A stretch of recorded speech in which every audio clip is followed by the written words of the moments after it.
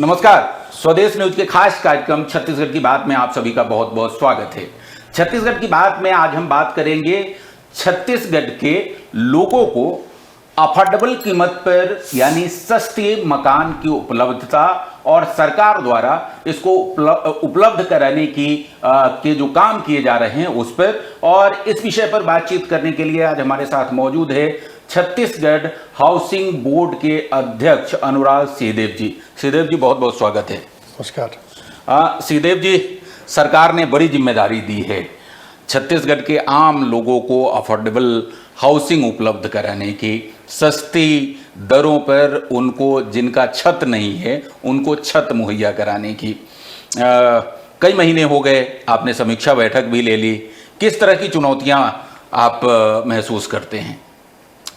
देखिए, ये housing board एक बहुत पुरानी और रेपुटेड संस्था है और मुझे लगता है कि देश भर में जहाँ भी हाउसिंग बोर्ड सरकार संचालित करती है, सभी जगह हाउसिंग बोर्ड ने अपने अपने राज्यों में माइलस्टोन तय किए हैं। और सुखद अनुभव ये भी है कि छत्तीसगढ़ में भी हाउसिंग बोर्ड ने अभी तक जो इसकी विकास यात्रा है उसमें लगभग 1 लाख से ज़्यादा मकान बनाकर लोगों को दिए हैं। तो अपने आप में एक अच्छा अचीवमेंट मैं मानता हूँ कि इतने वर्षों में 1 लाख मकान लोगों तक पहुँचाना एक बड़ी बात है। पिछले कुछ समय में मैं 12 तारीख को ज्वाइन किया था अप्रैल में, और सुखद ये है कि उस दिन हनुमान जयंती भी थी।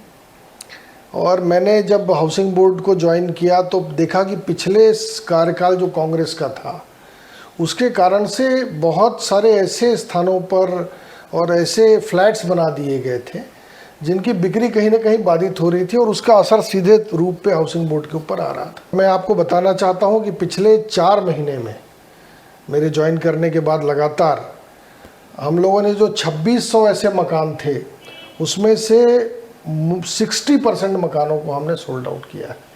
लगभग 172 करोड़ रुपए हम लोगों ने इसमें अर्जित किया है।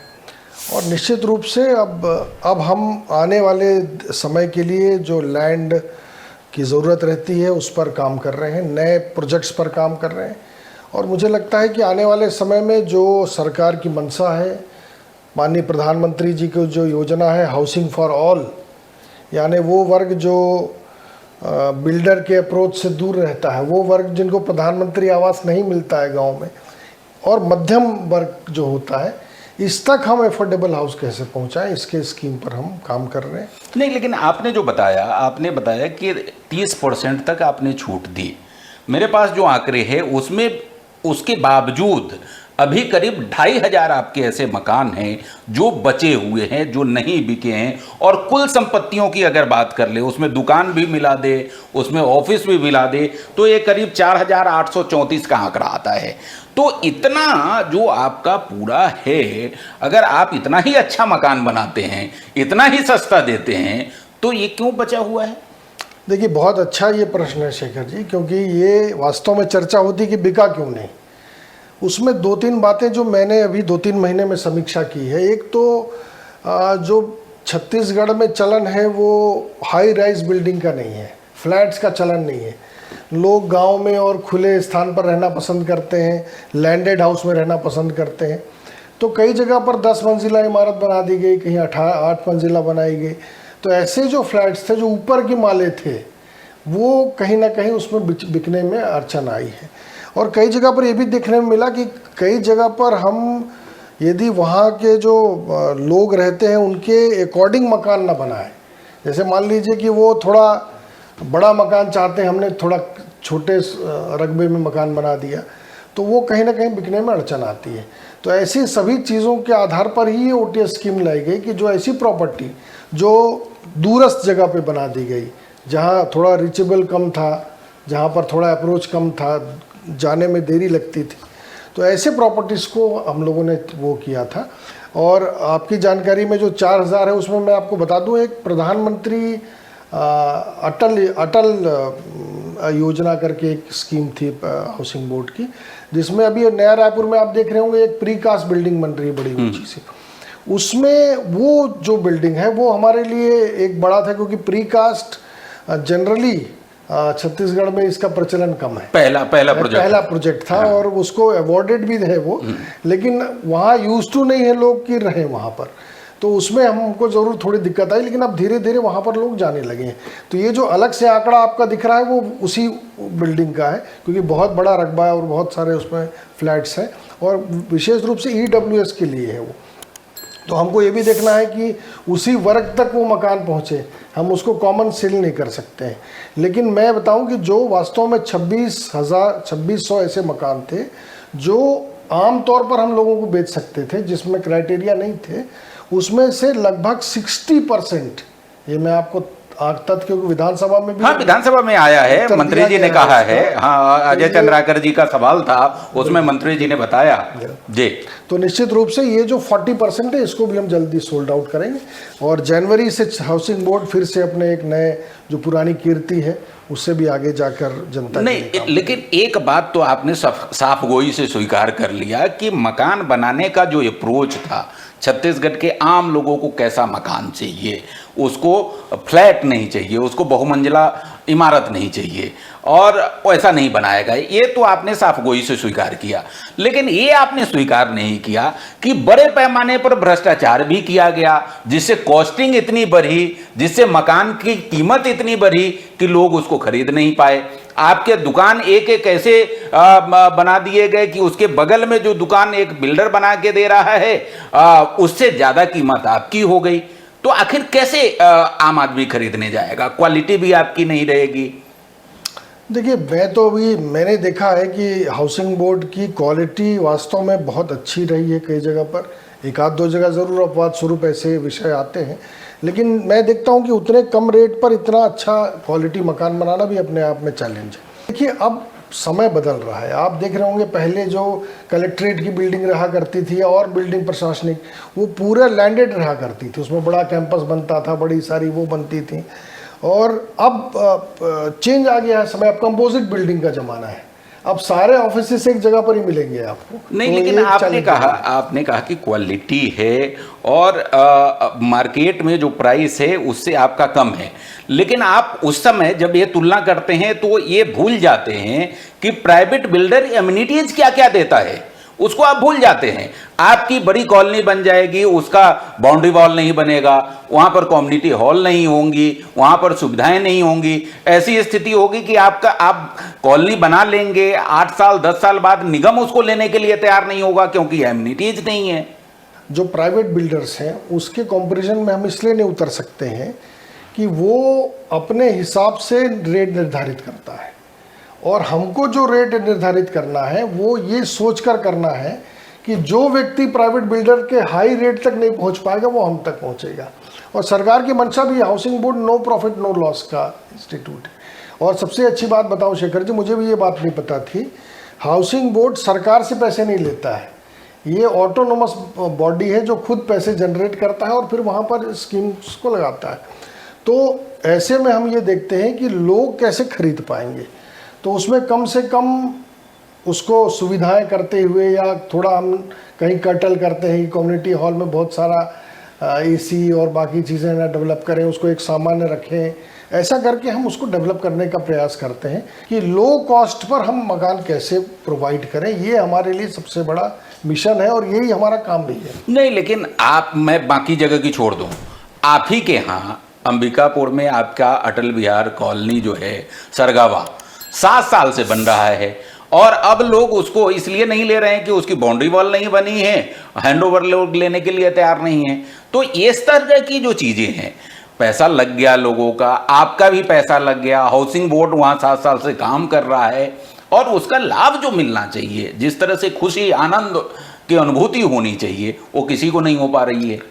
तो इसको कहीं सोचने की जरूरत नहीं है। देखिए, मैं आपको बताऊं, जहां तक सरगवा की कॉलोनी की बात है, मैं विजिट किया था अभी कुछ दिन पहले ही, वहां पर कोई भी मकान अब खाली नहीं है और सारे फ्लैट्स और सारे मकान सोल्ड आउट हो चुके हैं।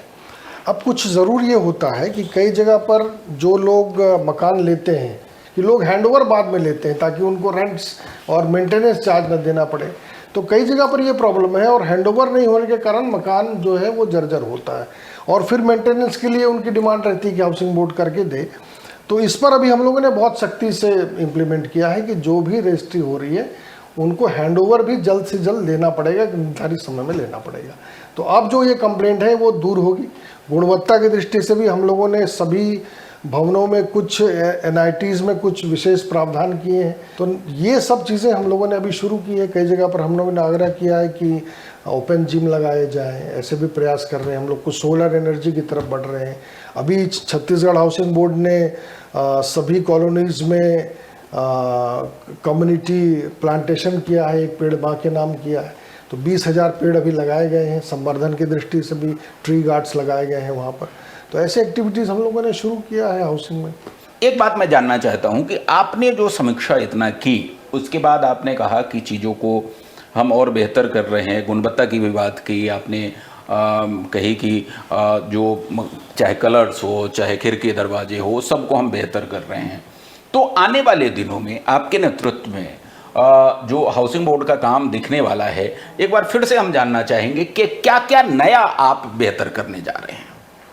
देखिए, ये सबसे पहले तो मैं बताऊं कि छत्तीसगढ़ में हम नए जो सामान्य आवास योजना है या अटल विहार योजना है, ये सब प्रोजेक्ट्स तो हम ला ही रहे हैं, जो लाते ही रेगुलरली लाते हैं। लेकिन छत्तीसगढ़ में इस बार पहली बार हम इंट्रोड्यूस करने जा रहे हैं रीडेवलपमेंट योजना, जो बाकी स्टेट्स में चल रही थी, लेकिन छत्तीसगढ़ में किसी कारण से हम उसको इम्प्लीमेंट नहीं कर पाए थे। अभी आप देखेंगे छत्तीसगढ़ की सरकार के कैबिनेट से 9 ऐसे प्रोजेक्ट हाउसिंग बोर्ड ने अप्रूव कराए हैं, जिसमें शांति नगर और शंकर नगर वाला जो एरिया है एक बड़ा क्षेत्र है, और रायपुर का हार्ट ऑफ द सिटी है। तो वो ऐसी ज़मीनें जो किसी विभाग की पहले थी, मान लीजिए कभी कोई सिंचाई विभाग के पास, इरिगेशन के पास है, PWD के पास है, और इरिगेशन में जनरली होता था कि कोई डैम बन रहा है और उस डैम के नाम से वो कॉलोनी वहां पर डेवलप हो जाती थी उस समय 50 साल पहले, 40 साल पहले, और 10-20-50 मकान बनते थे, लेकिन काफी लैंडेड एरिया रहता था, बड़ा रकबा रहता था। शांतिनगर तो पूरा सिंचाई कॉलोनी ही थी, सिंचाई कॉलोनी मानी जाती थी। तो और वो चूंकि उस समय के बने हुए मकान थे, तो इतने वर्षों में वो जर्जर भी हो गए, उसमें रहते भी नहीं है लोग। तो वो जो बहुत प्राइम लोकेशन की जो प्रॉपर्टी थी और जिसमें यूटिलाइज नहीं हो रही थी, विभाग के भी काम नहीं आ रही थी, क्योंकि विभाग के लोग रहते नहीं थे उसमें पुराने होने के कारण। तो ऐसे लैंड्स को हम उन विभागों से अपने तरफ ले रहे हैं, हाउसिंग बोर्ड से की तरफ ले रहे हैं, और जितना उनका उस विभाग का उसमें आधिपत्य रहा है, मतलब जितने मकान बने हैं उतने मकान हम उनको बनाकर देंगे उस पर। आप ऐसे मत बताइए, आप ये बताइए कि भाई आप शांति नगर में बनाने क्या जा रहे हैं। देखिए, अभी तो वो प्रोजेक्ट PPR उसका तैयार हो रहा है जी, और एक अच्छे से अच्छा, चूंकि देखिए रायपुर का जो लोड है वो जनरली जैसे आप चले जाइए मुख्य सड़कों पर, तो आप सराफा की तरफ चले जाइए तो वहाँ गाड़ी चलाने की जगह नहीं है। तो निश्चित रूप से सराफा को हमको विचार करना चाहिए कि सराफा कहीं ना कहीं कंपोजिट एरिया में आए। तो ऐसे चीजों को हम इंट्रोड्यूस करना चाहेंगे। 9 प्रोजेक्ट्स अभी जो लगभग सभी प्राइम लोकेशंस पर हैं, क्योंकि ऐसी महत्वपूर्ण जगह पर जरा बता दीजिए हमारे दर्शक जानना चाहेंगे। राजनांदगांव का है प्रोजेक्ट, दुर्ग का है, इधर आप बिलासपुर की तरफ चले जाएंगे तो कटघोरा में है। तो ऐसे अलग अलग स्थानों पर हम, कोंडा गांव में है। तो ऐसे 9 प्रोजेक्ट्स को अभी तक लिया है और पाइपलाइन में लगभग 35 प्रोजेक्ट और हैं इसी श्रेणी के। तो आप ये देखेंगे कि इसके माध्यम से रीडेवलपमेंट का एक नया आपको एक काम देखने को मिलेगा, और मुख्यमंत्री जी की विशेष प्रतिबद्धता है इसके लिए। और आप देखेंगे कि मुख्यमंत्री जी के का जो हाउस के प्रति, खास घर के प्रति जो उनकी प्रतिबद्धता है वो इतनी ज़्यादा है कि वो घोषणा पत्र जो बीजेपी का था, घोषणा हम लोगों ने की थी, जब तक 18 लाख प्रधानमंत्री आवास साइन नहीं करेंगे तब तक मुख्यमंत्री जी गृह प्रवेश नहीं करेंगे। तो सीएम साहब ने जब वो साइन कर लिया तब उन्होंने अपने नए सीएम हाउस में प्रवेश किया। तो उनका विजन है कि ये अधिक से अधिक होना चाहिए। तो मैं मानता हूं कि ये हम लोग बहुत अच्छे तरीके से इसको आगे बढ़ाएंगे और छत्तीसगढ़ में लोगों तक आवास जल्द से जल्द और गुणवत्ता युक्त पहुंचे और उनके अप्रोच, आर्थिक अप्रोच के अंतर्गत रहे, ये हमारी प्राथमिकता रहेगी। लेकिन आप जो रीडेवलपमेंट की बात कर रहे हैं, आपके एक वरिष्ठ नेता जो कि सांसद भी हैं, पूर्व मंत्री हैं, बृजमोहन अग्रवाल जी, उनका कहना है कि भैया इस शहर के बीच में जो है हाई राइज बिल्डिंग खाली खड़ा करोगे, कंक्रीट का शहर बनाओगे, उसको ऑक्सीजोन के लिए रहने दो। उन्होंने पत्र भी लिखा है। नहीं, ऑलरेडी देखिए वहाँ तो ऑक्सीजोन है ही है, बहुत अच्छा ऑक्सीजोन है।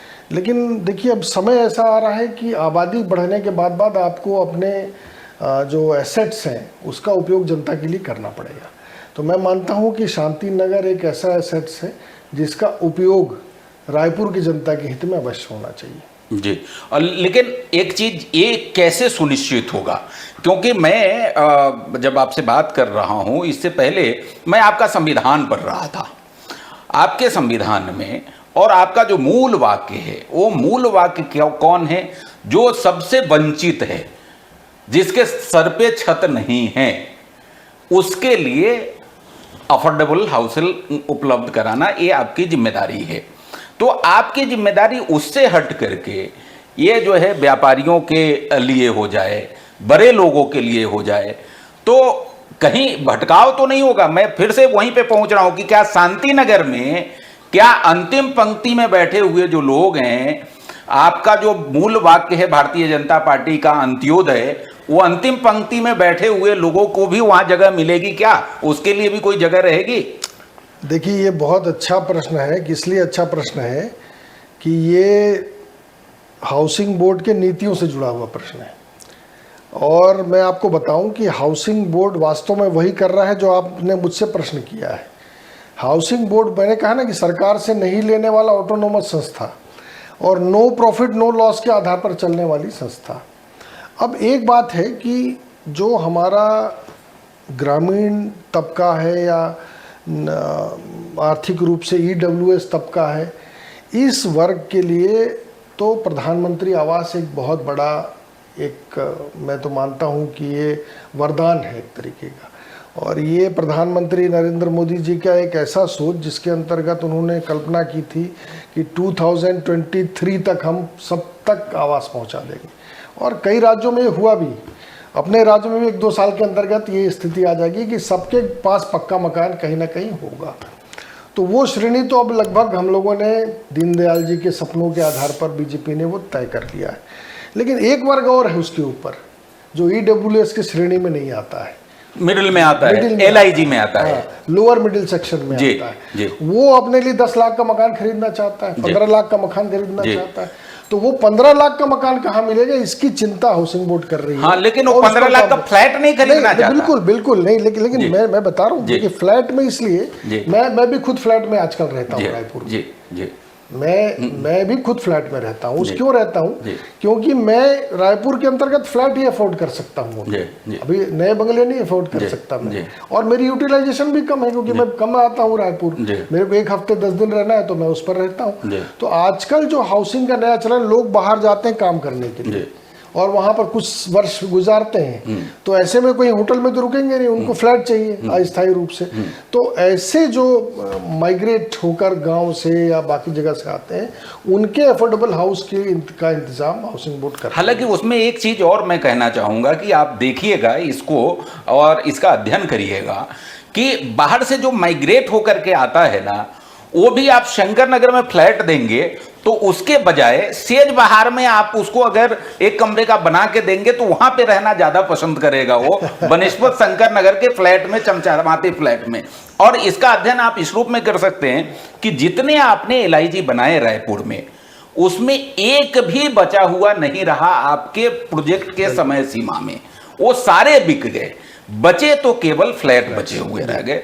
तो मुझे लगता है आप इस तरफ ध्यान देंगे। लेकिन मेरा सवाल ये है कि एक और बड़ी समस्या हाउसिंग के प्रोजेक्ट में है कि आप मकान तो बना देते हैं, सब कुछ कर देते हैं, हैंडओवर कर देते हैं, कल को उसको अगर फ्री होल्ड कराना होता है और वो आपके पास जाता है, वो जाता है राजस्व विभाग के पास, तो पता चला कि आपने जिस मकान पे जिस जमीन पे मकान बना दिया वो जमीन आपके नाम पे ही नहीं है, वो खसरा पे दिख ही नहीं रहा है। और ऐसे हजारों मकान हैं जो अभी भी नामांतरण के लिए परेशान हो रहे हैं। तो इस तरह की समस्याएं भविष्य में ना आए, हितग्राही परेशान ना हो, इसको लेकर के आप कुछ सोच रहे हैं? देखिए, यहीं से ये बड़ा एक इशू था। अभी अभी पिछले विधानसभा में एक बिल आया था, भू राजस्व संहिता में एक संशोधन आया, जिसमें आप देखेंगे कि वो संशोधन बड़ा ही कारगर है। वो कारगर ये है कि एग्रीकल्चर भूमि को ऑलरेडी डाइवर्ट माना जाएगा यदि वो हमारे पास हाउसिंग पर्पज से आ गई तो वो जो है उसका लाभ अब, चूंकि पिछले अभी बिल आ गया, गजट में नोटिफाई हो गया, तो अब उसका लाभ पूरी तरीके से हाउसिंग बोर्ड लेगी। और जितने भी ऐसे इशूज थे जहां पर फ्री होल्ड डाइवर्ट होने के कारण नहीं मिल रहा था, लैंड डाइवर्शन के कारण, वो हम दे पाएंगे। तो उसी जो आपने जो चिंता प्रकट की उसका ही परिणाम था कि पिछले विधानसभा में सरकार ने ये बिल लाया था। मैं फिर से पहुंचूंगा। जनता जब आपसे बातचीत मैं कर रहा हूं तो ये जानना चाहेंगी कि उनके लिए क्या क्या प्रोजेक्ट आ रहा है। नए रायपुर में आप क्या प्रोजेक्ट ला रहे हैं, पुराने रायपुर में आप क्या प्रोजेक्ट ला रहे हैं, बाकी शहरों में क्या प्रोजेक्ट ला रहे हैं, आप जरा बताइए हमारे दर्शकों को।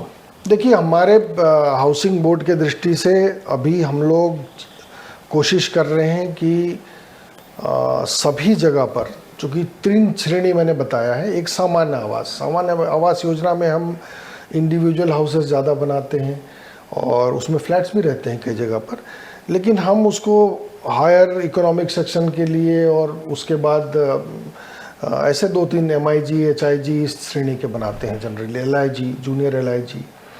तो वो जो मकान है उसके लिए सभी जगह पर ज़मीन तलाश कर रहे हैं और वो पाइपलाइन में सब जगह आ रही है। दूसरा श्रेणी होता है अटल विहार योजना के अंतर्गत जो हम करते हैं, वो निर्धारित है कि वो सबसे वीकर सेक्शन के लिए होता है। उसमें 10 लाख तक के फ्लैट या छोटे मकान, EWS के इंडिविजुअल मकान, ऐसे मकान रहते हैं। तो ये दोनों को फोकस करके हम लोग काम कर रहे हैं। एक महत्वपूर्ण सवाल ये भी रहता है कि हाउसिंग बोर्ड जब IAS अधिकारियों के लिए मॉल श्री जैसी कॉलोनी बनाता है तो वहाँ सारी सुविधाएं होती है, अच्छी चमचमाती सड़कें होती हैं, बढ़िया वहाँ पर जो है कम्युनिटी और सारे उसके लिए जो है सुविधाएं होती है। लेकिन जब मध्यम वर्ग के लिए बनाता है, आम लोगों के लिए बनाता है, तो ठीक है भाई, IAS और जो बड़े लोग हैं, मंत्री विधायक हैं, उतनी सुविधाएं आप नहीं देंगे, लेकिन मध्यम वर्ग के लिए जितनी सुविधाएं चाहिए उतनी तो मिलनी चाहिए उनको। वो क्यों नहीं मिल पाती है उनको? और ये आपसे उम्मीद करे छत्तीसगढ़ की जनता की आपके नेतृत्व में ये सुविधाएं जहां भी कॉलोनी बनेगी, एक मिनिमम सुविधाएं उनको जरूर रहेगी। देखिए, मिनिमम सुविधाएं तो हर कॉलोनी में होना ही चाहिए।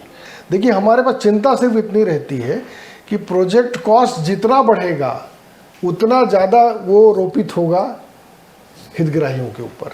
तो हम चाहते हैं कि हितग्राहियों के ऊपर कम से कम लोड पड़े, इसलिए इसका जो विस्तार है प्रोजेक्ट में खर्च का, इसको हम कम से कम करते जाते हैं। तो उसके कारण से थोड़ी वास्तव में मैंने कहा कि प्राइवेट बिल्डर्स जो रहते हैं वो इतनी सारी ज़मीन छोड़ देते हैं और फिर वो फ्लैट 2 करोड़ का बिकता है, फिर उनका मेंटेनेंस जो रहता है चार्जेस वो 10-10 हज़ार रुपया महीने का रहता है। और हाउसिंग बोर्ड में आप देखिए 900 रुपये महीने का मेंटेनेंस चार्ज है। तो ऐसी सब कंपेरेटिव आप देखेंगे तो ये पाएंगे कि चूँकि जनहित में हमको ये काम करना है, सिर्फ व्यापारिक दृष्टि से नहीं, तो ये सब चीज़ें थोड़ी कॉम्प्रोमाइज़ करनी पड़ती है। लेकिन फिर भी इस बार हम लोग कोशिश कर रहे हैं कि बहुत सारी चीज़ें हम डेवलप करके दें। जैसे ओपन जिम मैंने बताया, कुछ चीज़ें सूर्य घर योजना का लाभ दिलाई जाए उनको, ताकि उनकी बिजली फ्री हो जाए। अभी बहुत स्कीम चल रही है, तो ऐसी सब योजनाओं पर काम किया जा रहा है। यानी अंतिम रूप से हम मान ले कि जो आपका ध्येय वाक्य है, जो अंतिम पंक्ति में बैठा हुआ व्यक्ति है और जो हाउसिंग बोर्ड का भी जो ध्येय वाक्य है, उसको आपके नेतृत्व में पूरा किया जाएगा। लोगों को कम कीमत पर बेहतर मकान, गुणवत्तापूर्ण मकान और सुविधाओं से युक्त कॉलोनियाँ मिलेंगी। बिल्कुल, निश्चित रूप से आने वाले समय में ये स्कीम बहुत आगे बढ़ेगी। और मैंने कहा ना कि हाउसिंग बोर्ड की अपनी पुरानी कीर्ति रही है और पिछले 20 साल 25 सालों में उन्होंने 1 लाख से ज़्यादा मकान बनाया है। तो हम लोग उस ट्रैक में आगे बढ़ रहे हैं और अधिक से अधिक मकान इस सत्र में बनाने की कोशिश रहेगी हमारी। जी, तो आपने अनुराग सिंहदेव जी को सुना और इन्होंने कहा कि छत्तीसगढ़ के सभी जिलों में प्रमुख जो नगर पालिका क्षेत्र है वहां पर जो है वो अफोर्डेबल हाउसिंग को लेकर के बड़े प्रोजेक्ट आने वाले साल में लॉन्च करने वाले हैं। इसके साथ ही राजधानी रायपुर के शांति नगर समेत नए 9 जो प्रमुख स्थान हैं वहां पर रीडेवलपमेंट का एक बेहतर प्रोजेक्ट हाउसिंग बोर्ड लाने वाला है। हम उम्मीद करेंगे कि जो हाउसिंग बोर्ड का ध्येय वाक्य है कि जो आवासहीन है उसके लिए सस्ती दरों पर सर्व सुविधा युक्त मकान उपलब्ध कराना, इस उद्देश्य को पूरा करने में अनुराग सिंहदेव सफल होंगे, इनकी सरकार सफल होगी। अगली बार किसी अन्य शख्सियत के साथ मैं छत्तीसगढ़ की बात में आपके सामने हाजिर होऊंगा। तब तक आपने समय दिया अनुराग जी, बहुत बहुत धन्यवाद। आप सबका बहुत बहुत धन्यवाद। नमस्कार।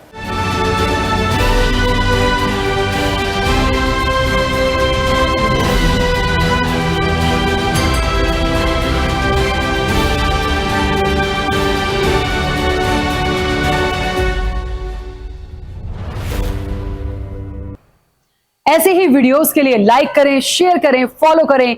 YouTube पर जाकर सब्सक्राइब कर बेल आइकन दबाना ना भूलें और ताजा अपडेट्स के लिए swedeshlive.com पर जरूर जाएं।